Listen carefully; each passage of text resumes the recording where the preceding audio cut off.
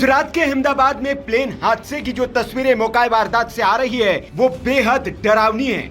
आप देख सकते हैं कि पूरा का पूरा प्लेन मलबे में तब्दील हो चुका है और इन तस्वीरों को देखने के बाद कोई नहीं कह सकता कि इसमें जो भी सवार होगा उसमें से कोई भी जीवित बच पाया होगा। ये प्लेन मेडिकल कॉलेज के हॉस्टल बिल्डिंग पर क्रैश हुआ है। इससे ये भी आशंका जताई जा रही है कि इस हॉस्टल में रहने वाले कई लोग भी हताहत हुए होंगे।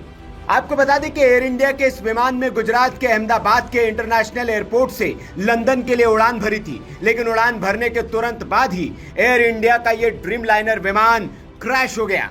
इस विमान में 230 पैसेंजर, 2 पायलट और क्रू के 10 मेंबर यानी कि कुल 242 पैसेंजर सवार थे।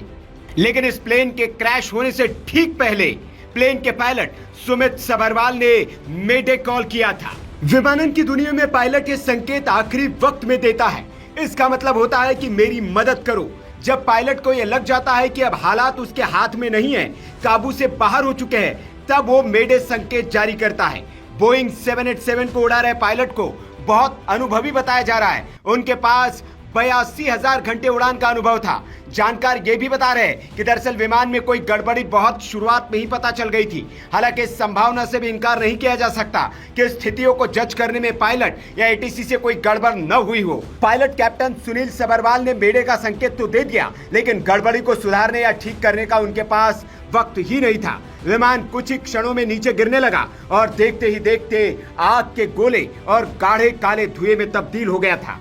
जानकार बता रहे कि इस तरह की कोई गड़बड़ बहुत ऊंचाई पर होती है तो पायलट को सोचकर कुछ करने का वक्त भी मिलता है, लेकिन जाहिर है कि पायलट ने उड़ते ही मेडे का संकेत दिया, यानी उसी समय उसे लग गया था कि हालात उसके कंट्रोल में नहीं है। मेडे शब्द फ्रेंच के मैडर यानी कि मेरी मदद करो शब्द से लिया गया है। 1927 में वॉशिंगटन के इंटरनेशनल रेडियो टेलीग्राफ कन्वेंशन में इसे आधिकारिक आपातकालीन कॉल बनाया गया। पायलट इसे 3 बार दोहराते हैं, मेडे मेडे मेडे, ताकि एटीसी इसे तुरंत समझ ले और बाकी रेडियो संदेशों के बीच ये साफ सुनाई दे। ये कॉल इंजन फेल, आग, दबाव में कमी या किसी ऐसी स्थिति में दी जाती है जहां तुरंत मदद की जरूरत होती है। जानकारी ये भी मिल रही कि अहमदाबाद हादसे में पायलट ने टेक ऑफ के 2 मिनट बाद ही मेडे कॉल दिया था। उस वक्त विमान सिर्फ 625 फीट की ऊंचाई पर था। इससे साफ है कि पायलट को तुरंत किसी गंभीर समस्या का एहसास हो गया था।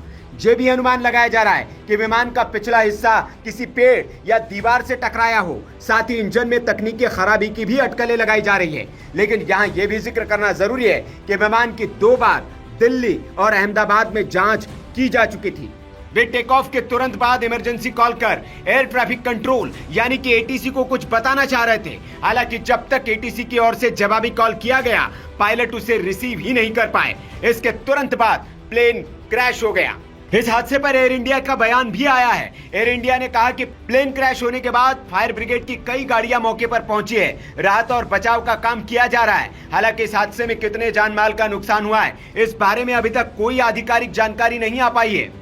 एयर इंडिया ने सोशल मीडिया हैंडल एक्स पर कहा है कि फ्लाइट AI-171 अहमदाबाद से लंदन गैटविक जा रही थी।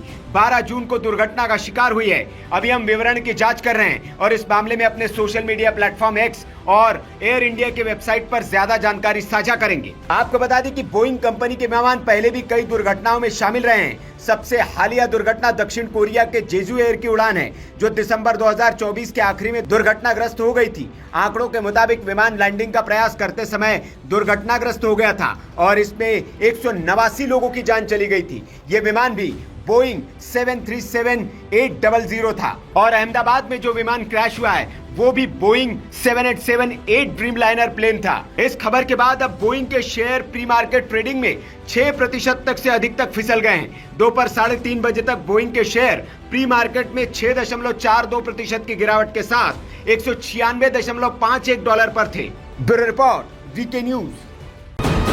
वीके न्यूज, राष्ट्र के नाम।